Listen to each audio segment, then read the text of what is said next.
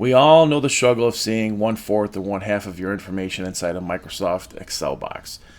The same holds true for certain Business Central pages.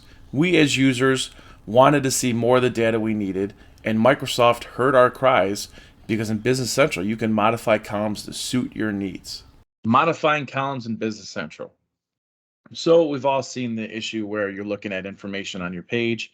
This happens frequently when you're using Microsoft Excel, but the column is too small for the information that you need. So when you're on a page that has columns, we're going to go to General Ledger Entries.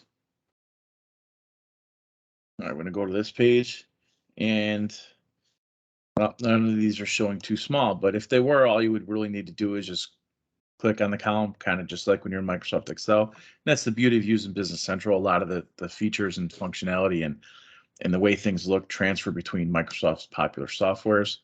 So you click it, you drag it to the size that you want, and it is now changed.